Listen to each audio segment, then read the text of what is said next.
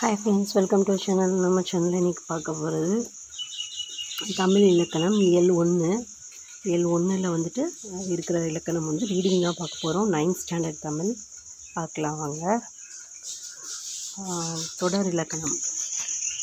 Edward வந்தான். இந்த சொற்றொடரில் பெயர்ச்சொல் எட்வர்ட் என்பதாகும். இந்த சொற்றொடர் எழுவதற்கு அடிப்படையாக அமைந்த பெயர்ச்சொல்லையே எழுவாய் என்கிறோம். கனகாம்பரம் பூத்தது. இந்த சொற்றொடரில் வினைச்சொல் பூத்தது. இந்த வினைச்சொல்லே பயனிலையாகும். ஒரு தொடரில் பயன் நிலைத்து இருக்கும் இடத்தை பயனிலை என்கிறோம். ஒரு தொடரில் பயன் நிலைத்து இருக்கும் இடத்தை பயனிலை என்கிறோம். மீனா கனகாம்பரத்தை சூடினாள். இத்தொடரில் சொற்றொடர் எழுவதற்கு காரணமாக அமைந்த மீனா என்னும் பெயர் சொல்லி எழுவாயாகும். அவ்வெழுவாயின் பயனிலை சூடினாள் என்பதாகும். எனில் மற்றொரு பெயர்ச்சொல்லான கனகாம்பரம் என்பது யாது? அது செயப்படுபொருள் என்று அழைக்கப்படுகிறது. எழுவாய் ஒரு வினையை செய்ய அதற்கு அடிப்படையாய் தேர்ந்தெடுக்கப்பட்ட பொருளே செயப்படுபொருள் ஆகும்.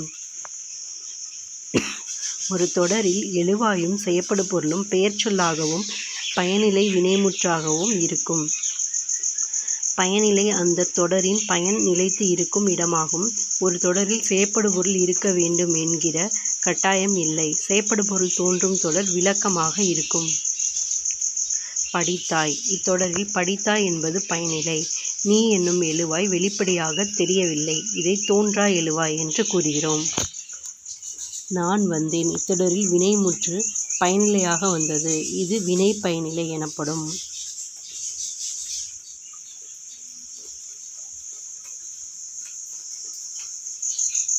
சொன்னவள் கலா. இங்கு கலா என்னும் பெயர்ச்சொல் பயனிலையாக வந்துள்ளது. இது பெயர் பயனிலை ஆகும். கடைசியில் பயனிலை வினையாக வந்துச்சுன்னா வினை பயனிலை, பெயர்ச்சொல்லாக வந்துச்சுன்னா அது பெயர் பயனிலை. விளையாடுபவன் யார்? இங்கு விளையாடுபவன் என்னும் வினாச்சொல் பயனிலையாக வந்துள்ளது. இங்கு யார் என்னும் வினாச்சொல் பயனிலையாக வந்துள்ளது. இது வினா பயனிலை எனப்படும். சில இடங்கள் தவிர ஒரு சொற்றொடரில் எழுவாய், பயனிலை, செயப்படுபொருள் மூன்றும் இந்த வரிசையில்தான் வர வேண்டும் என்று எந்த கட்டுப்பாடும் இல்லை. தமிழின் தொடர் அமைப்பும் சிறப்புகளுள் இதுவும் ஒன்று. எடுத்துக்காட்டு: நான் பாடத்தை படித்தேன். எழுவாய், செயப்படுபொருள், பயனிலை. பாடத்தை நான் படித்தேன். செயப்படுபொருள் எழுவாய், பயனிலை. படித்தேன் நான் பாடத்தை. பயனிலை எழுவாய், செயப்படுபொருள். நான் படித்தேன் பாடத்தை. எழுவாய், பயனிலை, செயப்படுபொருள். பாடத்தை படித்தேன் நான். செயப்படுபொருள், பயனிலை, எழுவாய். நல்ல நூல் ஒன்று படித்தேன். இத்தொடரில் நல்ல என்னும் சொல் எழுவாயாக வரும் பெயர் சொல்லுக்கு அடையாக வருகிறது. இவ்வாறு அமைவதை பெயரடை என்கிறோம். தொடரில் நல்ல என்னும் சொல் எழுவாயாக வரும் பெயர் சொல்லுக்கு அடையாக வருகிறது. இவ்வாறு அமைவதை பெயரடை என்கிறோம். மகிழ்நன் மெல்ல வந்தான். இத்தொடரில் மெல்ல என்னும் சொல் வந்தான் என்னும் வினை பயனிலைக்கு அடையாக வருகிறது. இதை வினையடை என்கிறோம். வினா வகைகள் தன்வினை பிறவினை. வினை வகைகள் தன்வினை பிறவினை. மாணவர்கள் கால்பந்து விளையாடி கொண்டிருக்கிறார்கள். எங்கும் விளையாட்டு மகிழ்ச்சியின் ஆரவாரம். கண்ணன் முகமதுவை நோக்கி பந்தை என்னிடம் உருட்டு என்று கத்தினான். முகமது பந்தை கண்ணனிடம் உருட்டினான். பந்து உருண்டது. கண்ணன் முகமது மூலம் பந்தை உருட்ட வைத்தான். மேற்கண்ட சூழலில் பந்து உருண்டது என்பது தன்வினை, உருட்ட வைத்தான் என்பது பிறவினை. எழுவாய் ஒரு வினையை செய்தால் அது தன்வினை. எழுவாய் ஒரு வினையை செய்ய வைத்தால் அது பிறவினை எனப்படும்.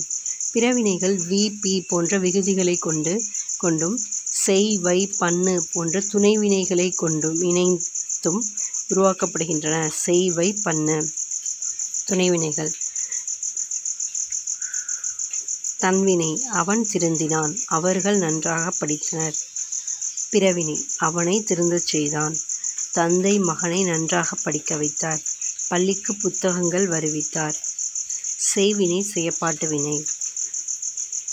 செய்பவரை முதன்மைப்படுத்தும் வினை செய்வினை. செயப்பாட்டு பொருளை முதன்மைப்படுத்தும் வினை செயப்பாட்டு வினை என்பதை நினைவில் கொள்க.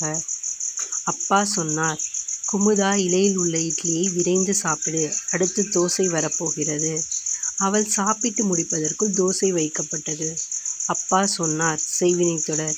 தோசை வைக்கப்பட்டது செயப்பாட்டு வினைத்தொடர். இது போலவே பாட்டு பாடுகிறாள் செய்வினை தொடர். பாட்டு அவளால் பாடப்பட்டது செயப்பாட்டு வினைத்தொடர். படு என்னும் துணை வினைச்சொல் செயப்பாட்டு வினைத்தொடரில் சேர்ந்து விடுகிறது. படு என்பதைப் போல உன், பெரு முதலான துணைவினைகள் செயப்பாட்டு வினைகளாக அமைகின்றன. அவற்றைப் போலவே எச்சங்களுடன் சேர்ந்து ஆயிற்று, போயிற்று, போனது முதலான துணைவினைகள் செயப்பாட்டு வினைகளை உருவாக்குகின்றன. கோவலன் கொலையுண்டான். ஓவியம் குமரனால் வரையப்பட்டது. வீடு கட்டியாயிற்று. சட்டி உடைந்து போயிற்று. பணம் காணாமல் போனது. பயன்பாட்டு தொடர்கள். அப்துல் நேற்று வந்தான் தன்வினைத்தொடர். அப்துல் நேற்று வருவித்தான் பிறவினைத்தொடர். கவிதா உரை படித்தாள் செய்வினைத்தொடர். உரை கவிதாவால் படிக்கப்பட்டது செயப்பாட்டு வினைத்தொடர். குமரன் மழையில் நனைந்தான் உடன்பாட்டு வினைத்தொடர். குமரன் மழையில் நனையவில்லை எதிர்மறை வினைத்தொடர். என் அண்ணன் நாளை வருவான் செய்தித்தொடர். எவ்வளவு உயரமான மரம் உணர்ச்சி தொடர். உள்ளே பேசிக்கொண்டிருப்பவர் யார் வினாத்தொடர். பூக்களை பறிக்காதீர் கட்டளை தொடர். இது நாற்காலி அவன் மாணவன் பெயர் பயனிலை தொடர். நெக்ஸ்ட் பகுபத உறுப்பிலக்கணம். பதம் சொல் இருவகைப்படும். அவை பகுபதம் பகாபதம் ஆகும். பிரிக்கக்கூடியதும் பிரித்தால் பொருள் தருவதுமான சொல் பகுபதம் எனப்படும். இது பெயர் பகுபதம் வினா பகுபதம் என 2 வகைப்படும். பகுபத உறுப்புகள் 6 வகைப்படும். பகுதினா முதநிலை. சொல்லின் முதலில் நிற்கும் பகாபதமாக அமையும். வினாச்சொல்லில் ஏவலாகவும் பெயர்ச்சொல்லில் அறுவகை பெயராகவும் அமையும். விகுதி இறுதிநிலை. சொல்லின் இறுதியில் நின்று திணைப்பால் எண்ணிடம் காட்டுவதாகவும் அமையும். இடைநிலை பகுதிக்கும் விகுதிக்கும் இடையில் நின்று காலம் காட்டும். சந்தி பகுதியையும் பிற உறுப்புகளையும் இணைக்கும். பெரும்பாலும் பகுதிக்கும் இடைநிலைக்கும் இடையில் வரும். சாரியை பகுதி விகுதி இடைநிலையை சார்ந்து வரும். பெரும்பாலும் இடைநிலைக்கும் விகுதிக்கும் இடையில் வரும். விகாரம் தனி உறுப்பு அன்று. மேற்கண்ட பகுபத உறுப்புகளில் ஏற்படும் மாற்றம். பகுதி ஊரன் ஊர். நடிகன் நடி. பார்த்தான் பார். வரைந்தான் வரை. மடித்தார் மடி. மகிழ்ந்தாள் மகிழ். விகுதி படித்தான் ஆண். ஆண்பால் வினைமுற்று விகுதி அன் ஆண். பாடுகிறாள் ஆள். பெண்பால் வினைமுற்று விகுதி அல் ஆள். பெற்றார் ஆர். பலர்பால் வினைமுற்று விகுதி அர் ஆர். நீந்தியது து. ஒன்றன்பால் வினைமுற்று விகுதி தூரு. ஓடின அ. பலவின்பால் வினைமுற்று விகுதி அ ஆ. சிரிக்கிறான் சிரிக்கிறேன். ஏன் தன்மை ஒருமை வினைமுற்று விகுதி என் ஏன். உண்டோம் ஓம். தன்மை பன்மை வினைமுற்று விகுதி அம் ஆம் எம் ஏம் ஓம். செய்தாய் ஆய். முன்னிலை ஒருமை வினைமுற்று விகுதி ஐ ஆய் ஈ. பாரீர் ஈர். முன்னிலை பன்மை வினைமுற்று விகுதி இர் ஈர். அழகிய பேசும் ஆ உம் பெயரச்ச விகுதிகள் ஆ உம். வந்து தேடி ஊ இ வினையச்ச விகுதிகள் ஊ இ. வளர்க க வியங்கோல் வினைமுற்று விகுதி க இய இயர். முளைத்தல் தல் தொழிற்பெயர் விகுதி தல் அல் ஐ கை சீப்பு தல் அல் ஐ கை சீப்பு. நெக்ஸ்ட் இடைநிலைகள். வென்றார் இர் இறந்த கால இடைநிலை. இத்து இட்டு இரு என்ன. உயர்கிறான் கிரு நிகழ்கால இடைநிலை கிறுக்கின்று ஆண் என்று. புகுவான் செய்கேன் இவ்வு இக்கு எதிர்கால இடைநிலைகள் இப்பு இவ்வு இக்கு. பறிக்காதீர் ஆ எதிர்மறை இடைநிலை இல் அல் ஆ. மகிழ்ச்சி அறிஞன் இச்சு இன்று பெயர்நிலை இடைநிலைகள் இன்று இந்து இவ்வு இச்சு இத்து. சந்தி உறுத்தும் இத்து சந்தி இத்து இப்பு இக்கு. பொருந்திய ஈ உடம்படுமை சந்தி ஈ இவ்வு. சாரியை நடந்தனன் அன் சாரியை அன் ஆண் இன் அல் அற்று இற்று அத்து அம் தம் நம் நும் ஏ அ உ ஐ கு என். எழுத்துப்பேறு பகுபத உறுப்புகளுள் அடங்காமல் விகுதிக்கு நடுவில் காலத்தை உணர்த்தாமல் வரும் மெய்யெழுத்து எழுத்துப்பேறு ஆகும். பெரும்பாலும் ஈத்து மட்டுமே வரும். சாரிய இடத்தில் ஈத்து வந்தால் அது எழுத்துப்பேறு. எடுத்துக்காட்டுகள்.